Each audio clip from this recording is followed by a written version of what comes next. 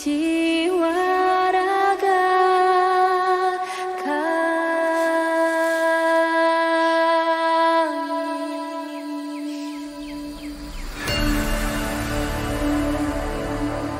Indonesia is the most beautiful land in the universe. The land where we were born. The nation where we grew up. So many colors that live together in peace. With a million timeless treasures. With an abundance of natural wealth. Indonesia is not just wonderful. Indonesia is a wonderland. Kota baru gunungnya berbeda, berbeda bagaimanapun di Salangkara, bagaimanapun di Salangkara. Bertemu lawanlah Adinda, Adinda iman di dada rasa Malaya, iman di dada rasa Malaya. Sayang sayang si patokaan makego tego gorokan sayang sayang sayang si patokaan makego tego gorokan sayang sajojo yumadam ko bisa papare sa muna muna muna keke sa muna muna muna keke soleram soleram soleram anak yang manis janganlah dicium sayang kalau dicium merah pipinya kampungan jauh di Batu Kunwangsan sebaku Lilian takkan aja kawan-kawanan lamu sangke basuh yang surya.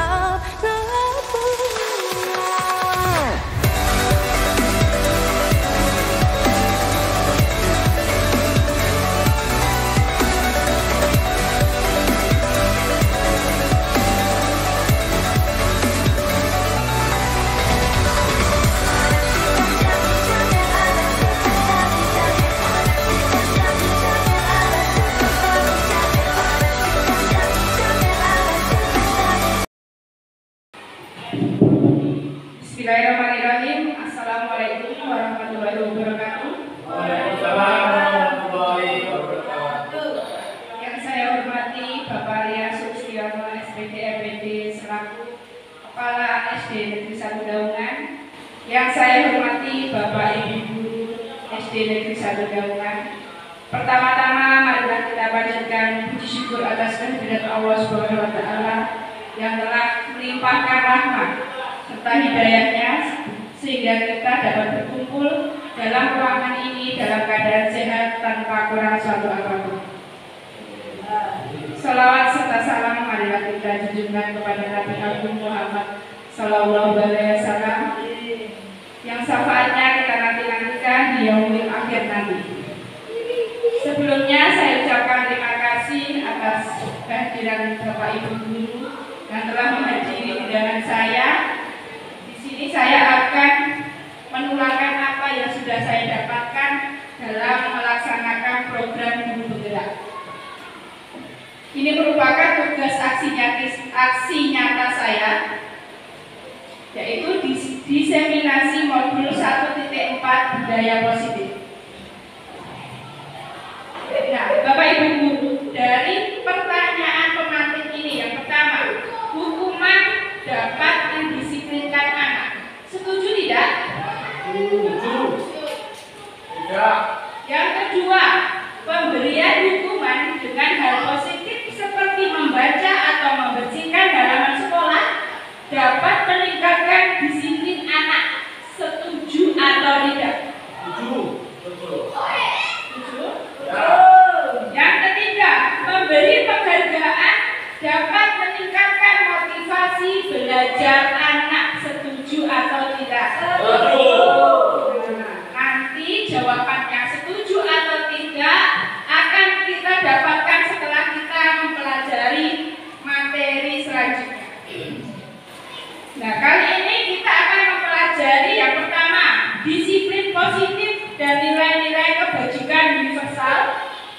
Yang kedua, teori motivasi, hukuman, dan penghargaan restitusi. Yang ketiga, keyakinan kelas. Yang keempat, kebutuhan dasar manusia dan dunia berkualitas. Yang kelima, 5 posisi kontrol. Yang keenam, segitiga restitusi. Yang pertama, kegiatan kepalan tangan. Ini ada A dan B. Misalkan A itu Pak Wawan itu posisi A dan B itu posisi Bu Ani ya. Misalnya Pak Wawan yang A, sobeklah secari kertas kecil, tuliskan benda atau sesuatu yang sangat berharga untuk Anda, letakkan di salah satu tangan Anda dan genggam benda atau sesuatu tersebut dengan segala daya. Buatlah sebuah kepalan, misalnya secari kertas digenggam. Boleh menuliskan sesuatu atau menggenggam sesuatu. Misalnya Pak Wawan menggenggam sesuatu, apa itu yang sangat berharga untuk Pak Wawan? Apa misalnya? emas. Misalnya digenggam Pak Wawan. Lalu Bu Ani dengan sekuat tenaga, dengan berbagai cara meminta untuk apa? Benda yang digenggam Pak Wawan itu diminta. Setelah dirayu, diancam, dibujuk, bahkan disuap, itu benda yang dipegang Pak Wawan itu boleh tidak diminta oleh Bu Ani? Tidak boleh. Kenapa tidak boleh? Karena benda berharga. Ya, karena benda berharga. Walaupun diberi uang, dibujuk atau diberi embel-embel, diberikan ya? Tidak. Karena apa? Benda berharga. Ya, karena sangat berharga. Jadi apa?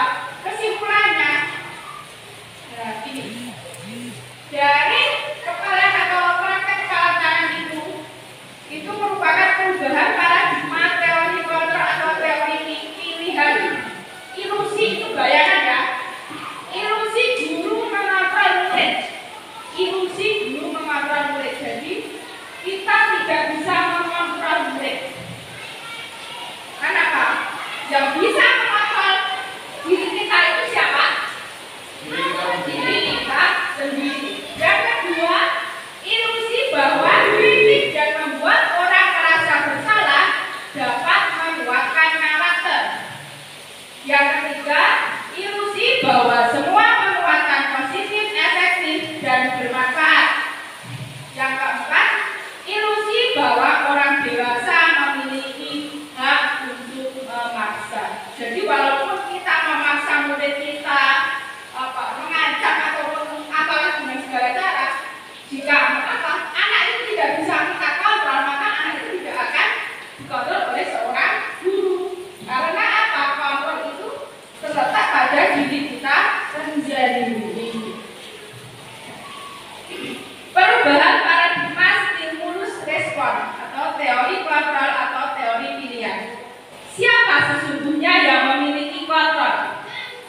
Ya, menurut kita kita mencoba agar bisa memiliki pandangan yang sama dengan kita. Padahal pada kenyataannya kita berusaha memahami pandangan orang lain tentang dunia. Jadi kita tidak bisa memaksakan orang lain itu untuk pandangannya sama dengan kita. Yang kedua, perilaku buruk dilihat sebagai suatu kesalahan. Misalnya anak yang terlambat sekolah, kita sebagai guru hanya menyalahkan, oh anak itu berperilaku buruk. Padahal kita harus mencari tahu dulu semua perilaku itu memiliki tujuan. Jadi tujuannya apa? Kok bisa terlambat sekolah? Tujuannya apa? Misalnya mencuri, itu pasti ada tujuannya. Yang ketiga, orang lain bisa mengontrol saya. Padahal pada kenyataannya hanya Anda yang bisa mengontrol diri Anda sendiri. Yang keempat, saya bisa mengontrol orang lain. Nah, pada teori kontrol Anda tidak bisa mengontrol orang lain. Selanjutnya, pemaksaan ada pada saat bujukan gagal. Jadi kalau sudah membujuk gagal, akhirnya apa? Dipaksa Misalnya ada anak yang meminta uang kepada temannya, sudah dibujuk tidak dikasih, akhirnya apa? Dipaksa. Adalah Pak, menurut kawan-kawan kolaborasi dan konsensus menciptakan pilihan-pilihan baru. Jadi ada jalan keluarnya. Misalnya kalau anak tidak bisa meminta uang kepada temannya, kan bisa saja meminta ke yang lain atau meminta jajanan ke teman yang lainnya. Selanjutnya model berpikir menang kalah. Misalnya guru itu menang dan murid itu kalah. Padahal dan seharusnya model berpikir menang-menang. Jadi guru menang, murid juga menang. Selanjutnya, apakah makna disiplin?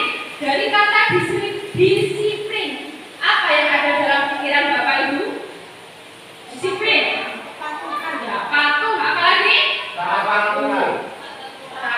peraturan. Ya, tepat waktu. Disiplin. Berasal dari bahasa Latin disiplina yang artinya belajar. Makna asal dari kata ini berkonotasi dengan disiplin diri dari murid-murid Sokrates dan Plato. Disiplin diri membuat orang menggali potensinya menuju sebuah tujuan apa yang dia hargai. Namun dalam budaya kita, makna kata disiplin telah berubah menjadi sesuatu yang dilakukan seseorang pada orang lain untuk mendapatkan kepatuhan. Kecenderungan umum adalah menghubungkan kata disiplin dengan ketidaknyamanan, bukan dengan apa yang kita hargai atau pencapaian suatu tujuan mulia. Jadi anak-anak itu kalau sudah mendengar kata disiplin, biasanya mereka sangat takut. Karena apa? Disiplin itu erat kaitannya dengan ketidaknyamanan. Padahal bukan, seharusnya disiplin itu apa yang kita hargai atau pencapaian suatu tujuan mulia. Nilai-nilai kebajikan universal. Nilai-nilai kebajikan adalah sifat-sifat positif manusia yang merupakan tujuan mulia yang ingin dicapai setiap individu.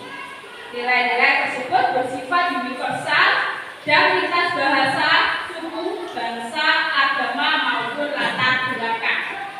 Setiap perilaku atau perbuatan memiliki suatu tujuan.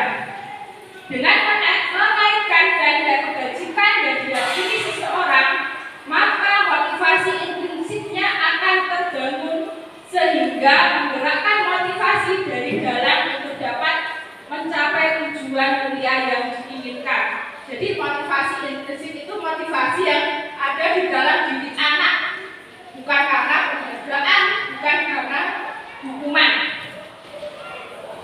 Nilai-nilai kebajikan yang ingin dicapai oleh setiap anak Indonesia kita kenal dengan profil pelajar Pancasila.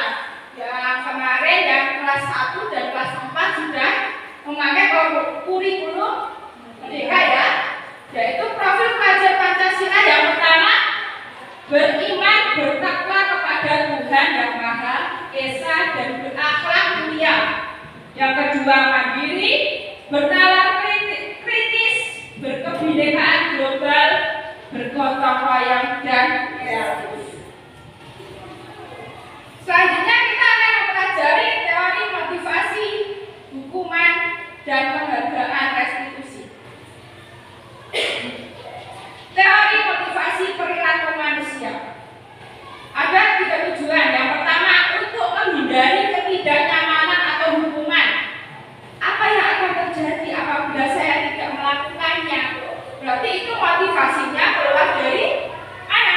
Dari luar atau motivasi eksternal karena untuk menghindari hukuman. Yang kedua, untuk mendapat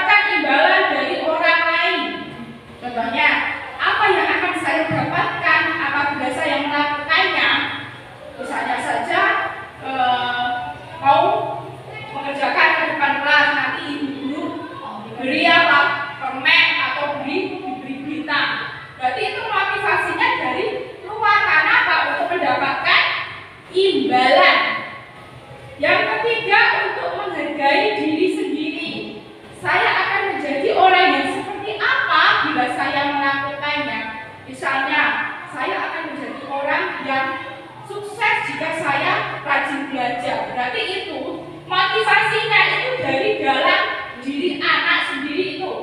Motivasi internal. Merdeka menurut Ki Hajar Dewantara. Merdeka itu artinya tidak hanya terlepas dari perintah, akan tetapi juga cakap buat memerintah diri sendiri.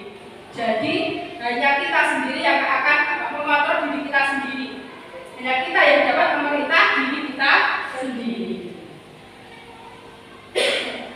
Dihukum oleh penghargaan, bahwa penghargaan berlaku sama dengan hukuman. Dalam arti meminta atau membujuk seseorang untuk melakukan sesuatu untuk memenuhi suatu tujuan tertentu dari orang yang meminta atau membujuk. Dorongan eksternal dan akan ada faktor ketergantungan. Nah, dari penghargaan atau hukuman itu akan berdampak kepada kita. Yang pertama, pengaruh jangka pendek dan jangka panjang. Penghargaan menghukum, penghargaan mengurangi ketepatan. Itu dampaknya ya, penghargaan tidak efektif. Yang kelima, penghargaan merusak hubungan. Jadi misalnya ya, si Pak Yono mendapatkan penghargaan siswa rajin. Nah, nanti teman-temannya itu akan tidak menyukai Pak Yono. Karena apa? Pak Yono yang hanya dihubungkan oleh gurunya. Jadi dia akan merusak hubungan antar teman. Dihukum oleh penghargaan. Penghargaan menurunkan kualitas. Jadi misalnya sudah mendapatkan nilai 80, sudah mendapatkan penghargaan. Nah, berarti siswa itu tidak akan menaikkan kualitasnya. Ngapain dapat nilai 100, dapat 80 saja sudah diberi hadiah. Yang selanjutnya, penghargaan mematikan kreativitas. Jadi kalau sudah diberi penghargaan, sudah puas dengan apa yang sudah didapatkan, dia tidak akan berbuat atau melakukan kreativitas yang seharusnya masih bisa dilakukan. Yang selanjutnya, penghargaan mengurangi motivasi intrinsik. Jadi yaitu apa? Mengurangi motivasi yang ada di dalam diri anak tersebut. Bentuk program kebajikan atau apresiasi. Nah, dalam memberikan apresiasi atau pengakuan perlu diingat beberapa hal. Yang pertama, beri pengakuan secara khusus. Jadi memberi penghargaan itu dikhususkan kepada anak tersebut. Oh, ini khusus penghargaannya di bidang apa? Seperti itu dikhususkan. Yang kedua, beri pengakuan secara pribadi.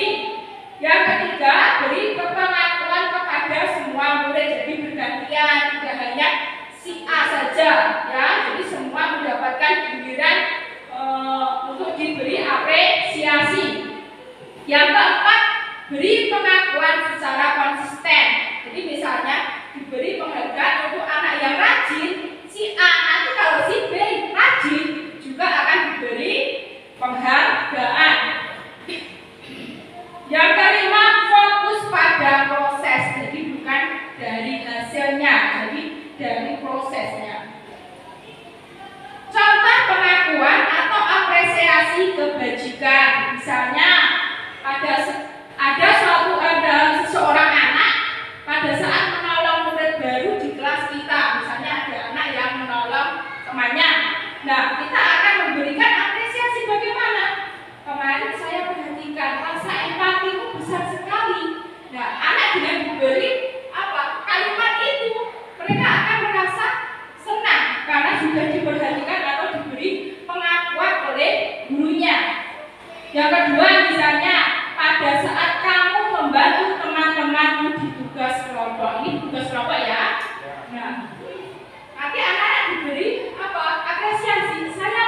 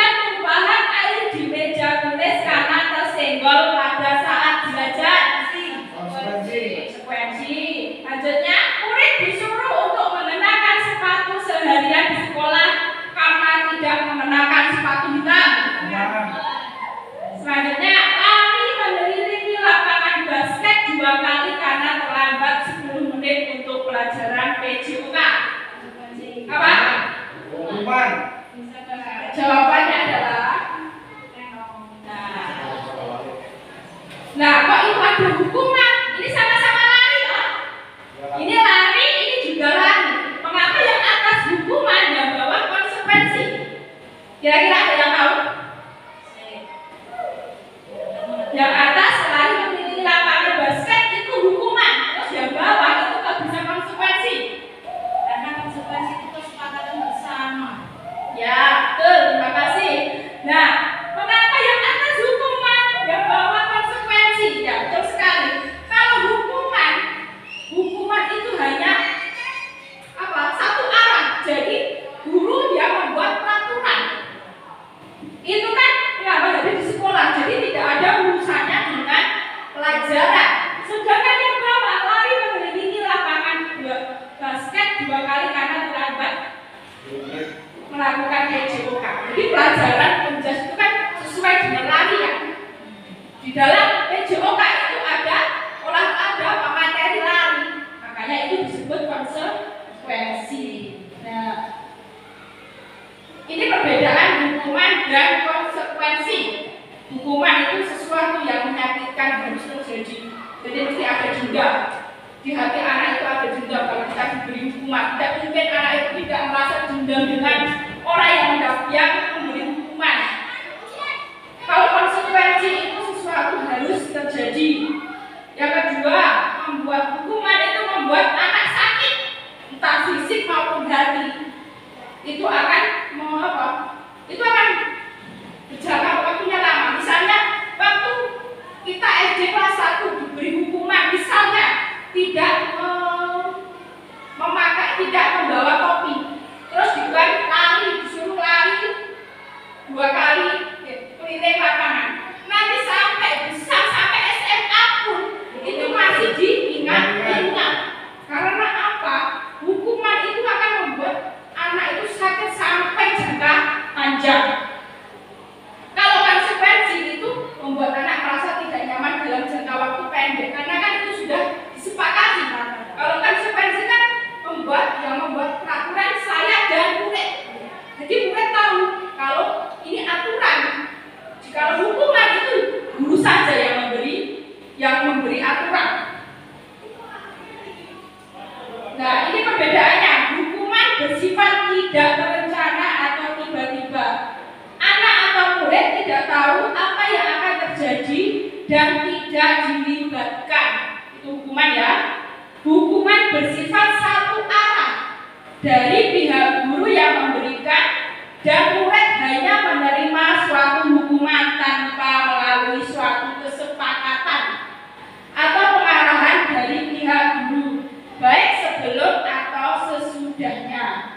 Hukuman yang diberikan bisa berupa fisik maupun psikis. Murid akan disakiti oleh suatu perbuatan atau kata-kata. Ini hukuman. Kalau konsekuensi, sementara disiplin dalam bentuk konsekuensi sudah terencana. Jadi sudah disepakati antara guru dan murid. Umumnya bentuk konsekuensi dibuat oleh pihak guru dan murid sudah mengetahui sebelumnya konsekuensi yang akan diterima bila ada pelanggaran. Pada konsekuensi, murid tetap dibuat tidak nyaman untuk jangka waktu pendek. Kalau hukuman itu jangkanya panjang, kalau konsekuensi itu jangkanya pendek. Selanjutnya, restitusi. Restitusi, ada yang sudah pernah mendengar kata restitusi? Apa kira-kira restitusi? Belum pernah ya? Nah, restitusi. Restitusi yaitu proses menciptakan kondisi bagi murid untuk memperbaiki kesalahan mereka, sehingga mereka bisa kembali pada kelompok mereka dengan karakter yang lebih kuat. Restitusi juga merupakan proses kolaboratif yang mengajarkan murid untuk mencari solusi untuk masalah mereka dan membantu murid berpikir tentang orang seperti apa yang mereka inginkan dan bagaimana mereka harus memperlakukan orang lain.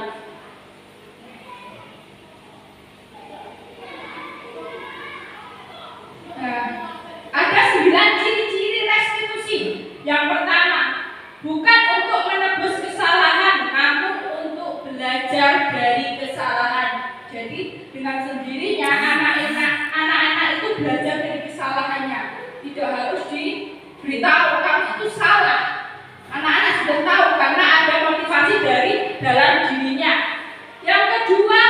memperbaiki hubungan. Yang ketiga, tawaran bukan paksaan.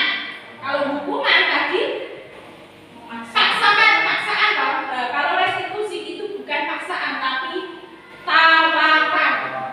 Yang keempat, restitusi menuntut untuk melihat ke dalam diri. Jadi kayak introspeksi diri. Restitusi itu introspeksi diri. Yang sudah saya lakukan itu benar atau salah? Itu anak sendiri yang sudah anak tahu sendiri apa saya itu salah atau benar. Yang kelima, restitusi mencari kebutuhan dasar yang mendasari tindakan. Yang keempat, restitusi diri adalah cara yang paling baik. Jadi dari segala keputusan itu merupakan keputusan yang paling baik. Restitusi fokus pada karakter bukan tindakan. Jadi yang dicari itu karakter yang baik, yang bagus, karakter yang terbaik. Yang ketujuh, yang kedelapan, restitusi fokus pada solusi. Jadi yang dicari itu solusinya. Yang kesembilan, restitusi mengembalikan murid yang berbuat salah pada kelompoknya. Jadi dengan restitusi itu yang membuat hukuman ataupun tidak ada sebuah hukuman. Jadi anak itu tahu sendiri aku salah, kenapa tidak. Selanjutnya tentang keyakinan kelas. Mengapa tidak peraturan saja? Mengapa harus keyakinan kelas? Yang pertama, mengapa kita memiliki peraturan harus menggunakan helm bila mengendarai kendaraan roda 2? Kira-kira mengapa kok kita harus memakai helm? Untuk keselamatan. Untuk apa? Untuk keselamatan, untuk keamanan. Yang kedua, mengapa kita memiliki peraturan 3M? Menggunakan masker, mencuci tangan, dan menjaga jarak 1,5 meter. Ya, menjaga kesehatan. Yang ketiga, mengapa kita memiliki peraturan harus datang tepat waktu pada saat mengikuti pelatihan? Ya, agar kita disiplin ya. Untuk mendukung motivasi intrinsik kembali ke nilai-nilai atau keyakinan-keyakinan lebih menggerakkan seseorang dibandingkan mengikuti serangkaian peraturan-peraturan. Kalau diberi peraturan, karena ada kata-kata peraturan dibuat untuk dilanggar, ya kan? Kalau sudah ada tulisannya peraturan, itu malah anak-anak sebagian besar akan melanggar. Tapi kalau keyakinan, yang namanya keyakinan itu akan mereka lakukan sendiri tanpa harus membaca sebuah peraturan, tanpa harus diingatkan. Nah, budaya positif. Di dalam budaya positif itu ada lingkungan positif, ada keyakinan kelas dan peraturan kelas. Jadi keyakinan kelas itu sebenarnya peraturan, tapi hanya dibuat kata-katanya keyakinan. Kalau dibuat peraturan, nanti anak-anak tidak akan mematuhi. Tapi kalau keyakinan, anak-anak akan mematuhi karena keyakinan itu yang membuat mereka sendiri. Nah, ini ada yang mana yang merupakan keyakinan kelas, yang warna hijau atau yang warna putih. Menurut Bapak Ibu, yang warna hijau atau warna putih? Bagaimana balik yang hijau atau yang putih? Yang merupakan keyakinan kelas yang hijau atau yang putih? Bukan, ini yang hijau ini atau yang putih ini sebuah sama-sama kesepakatan.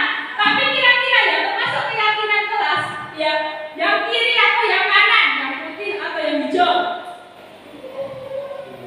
Yang mana? Putih. Ya, yang putih, betul sekali yang putih. Mengapa kok yang putih? Karena di situ condongnya ke dalam perasaan. Iya, betul sekali. Karena kalau yang putih itu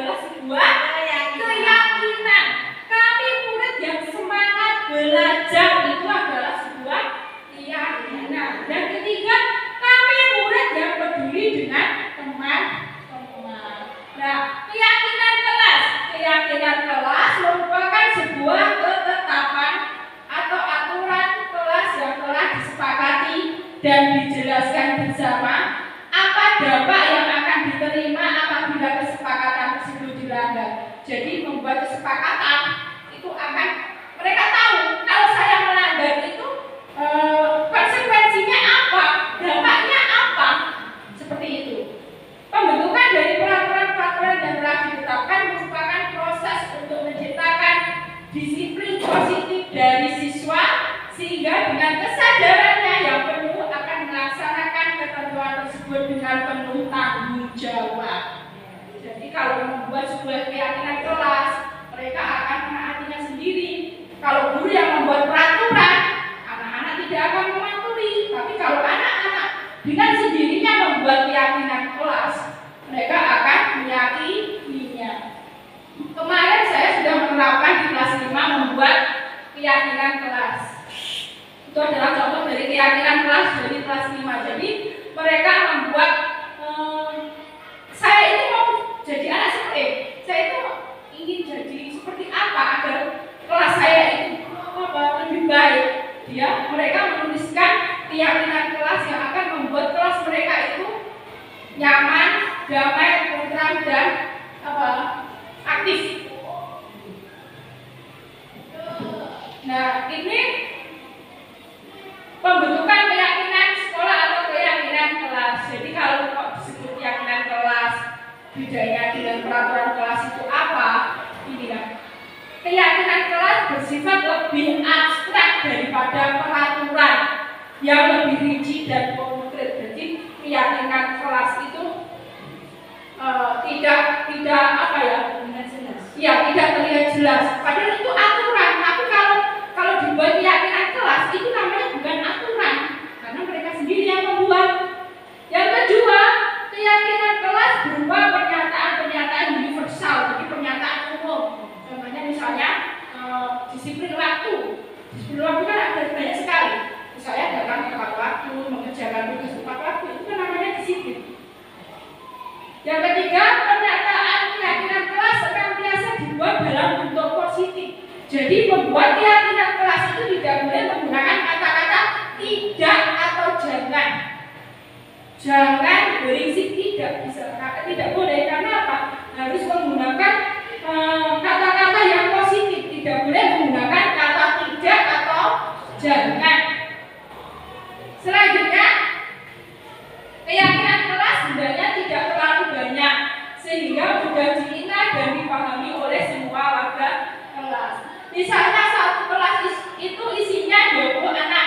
Mereka membuat keyakinan kelas mereka sendiri-sendiri. Nah, dari 20 anak itu bisa kita ambil 3 atau 4 atau 5 poin yang dapat mewakili dari 20 keyakinan mereka. Jadi dibuat globalnya.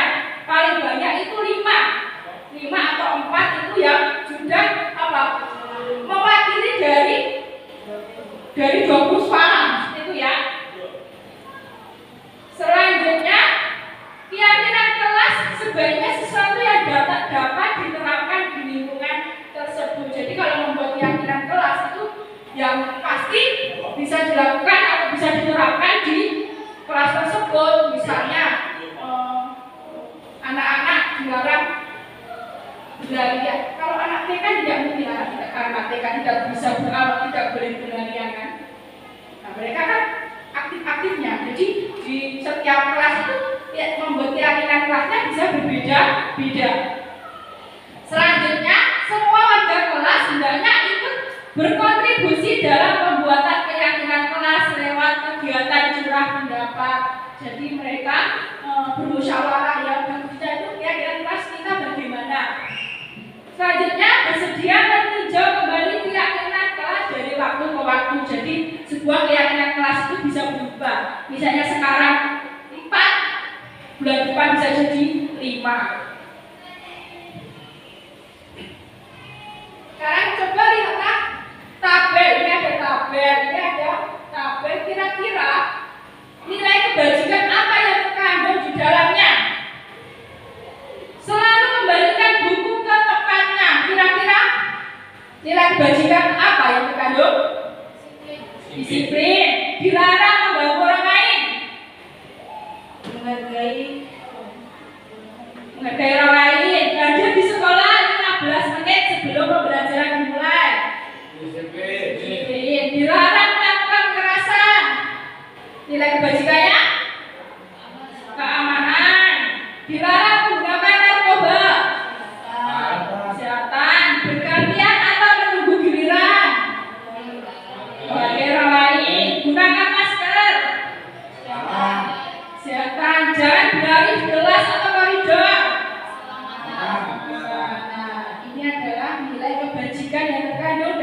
sebuah peraturan tersebut. Betul sekali ya, sudah selalu kembalikan diri ke tempatnya itu merupakan tanggung jawab. Dilarang mengganggu orang lain, itu menghormati orang lain. Hadir di sekolah 15 menit sebelum pembelajaran itu juga menghormati orang lain. Jadi misalnya 15 menit sebelum pembelajaran mereka baru datang, padahal pelajaran sudah dimulai. Artinya apa?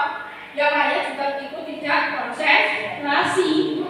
Dilarang melakukan kekerasan, itu keselamatan dan menghormati orang lain. Dilarang menggunakan narkoba, nilai kebajikannya kesehatan, bergantian atau menunggu giliran, menghormati orang lain dan seterusnya. Yang keempat, kebutuhan dasar manusia dan dunia berkualitas. Nah, kebutuhan dasar manusia itu ada 5. Yang pertama itu bertahan hidup atau survival.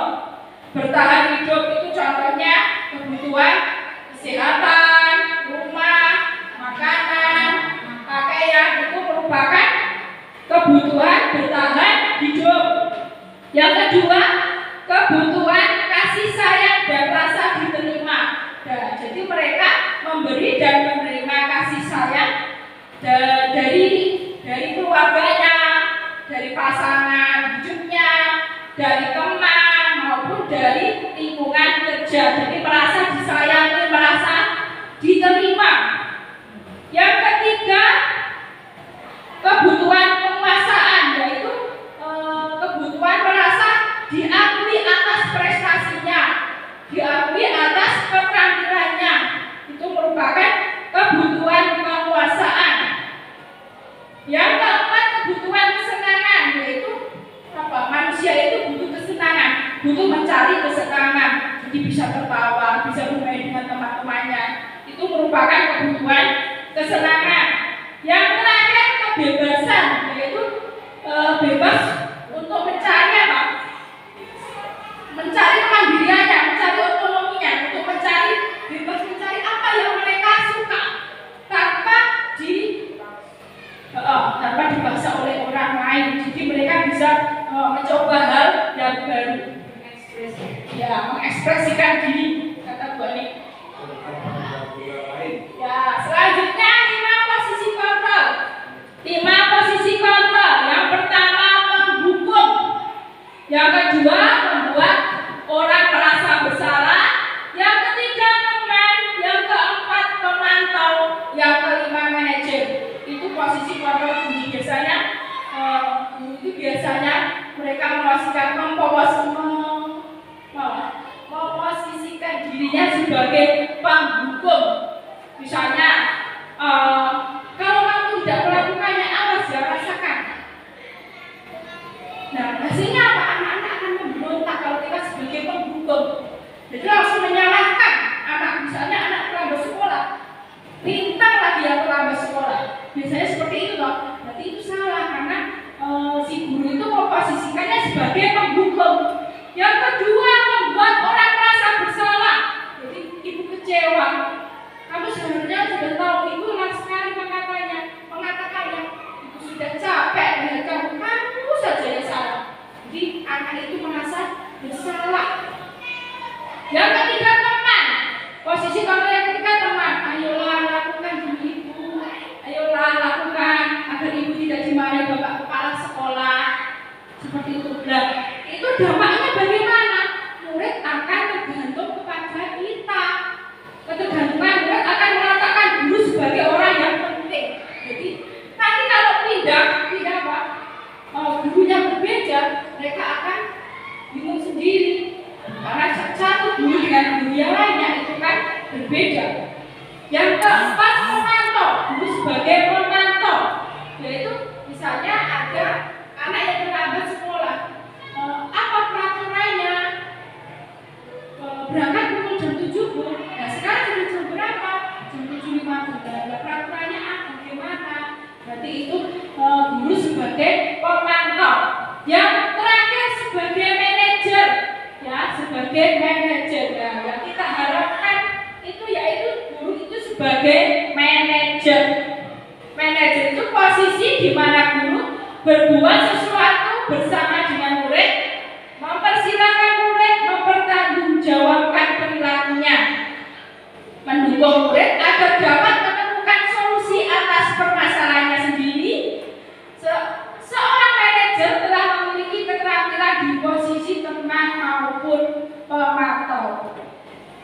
Dengan demikian bisa jadi waktu ke waktu tertentu kembali pada kedua posisi tersebut bila diperlukan.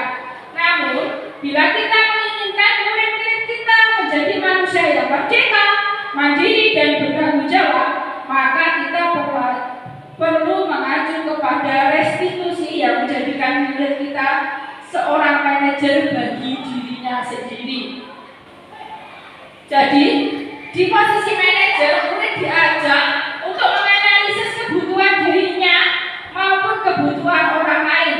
Di sini penekanan bukan pada kemampuan membuat konsekuensi, namun dapat berkolaborasi dengan murid bagaimana memperbaiki kesalahan yang ada. Jadi kalau bisa, sekarang kita memposisikan diri kita sebagai manajer bagi murid-murid kita, ya. Ini ada sebuah pernyataan. Saya kecewa sekali dengan kamu. Itu berarti kita memposisikan sebagai membuat orang merasa bersalah. Kamu tidak pernah benar melakukannya. Itu sebagai menghukum. Ayolah lakukan demi ibu. Itu kita memposisikan sebagai teman. Apakah kamu mau mendapatkan stiker berita hari ini? Itu kita posisikan sebagai pemantau.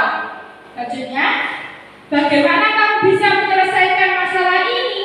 Itu kita sebagai manajer. Jadi kita serahkan kepada anak kita bagaimana ini bisa cara menyelesaikannya itu bagaimana. Nah, materi yang terakhir yaitu segitiga restitusi. Segitiga restitusi itu ada 3 sisi, ya. Yang pertama, menstabilkan identitas. Yang kedua,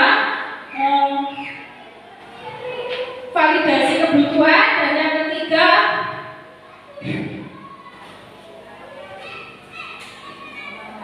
menanyakan keyakinan. Yang pertama, menstabilkan identitas.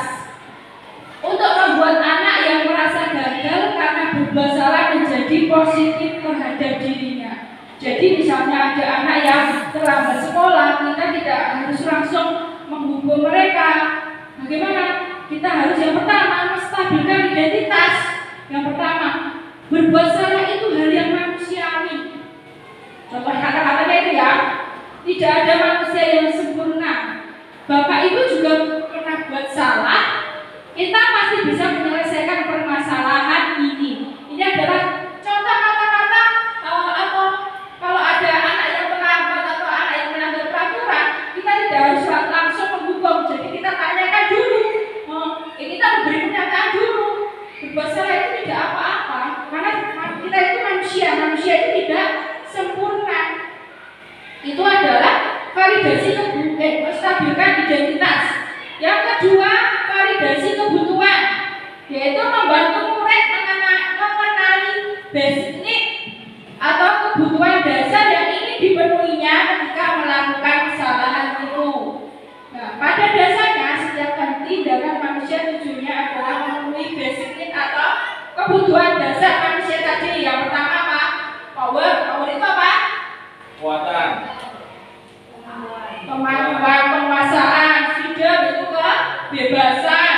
Love and belonging, cinta dan kasih sayang. Fun, kesenangan. Survival yaitu bertahan hidup. Kamu bisa guru bisa berkata, kamu bisa saja melakukan hal yang lebih buruk, tapi kamu tidak melakukannya, kan? Kamu pasti punya alasan mengapa melakukannya. Jadi anak itu ditanya, ya, misalnya melanggar sekolah, itu kamu pasti punya alasan. Misalnya tadi malam menyaksikan Piala Dunia, tadi jalannya becek, kepleset, itu kan kita menanyakan dulu, apa masalahnya itu apa. Yang terakhir, menanyakan keyakinan, yaitu anak melihat kesalahannya dihubungkan dengan norma sosial dan nilai-nilai yang mendasari manusia berinteraksi dengan orang lain. Jadi guru Pak Guru bisa berkata, apa nilai yang kita percaya di kelas atau sekolah kita. Misalnya anak terlambat sekolah, keyakinan apa yang sudah dilanggar. Misalnya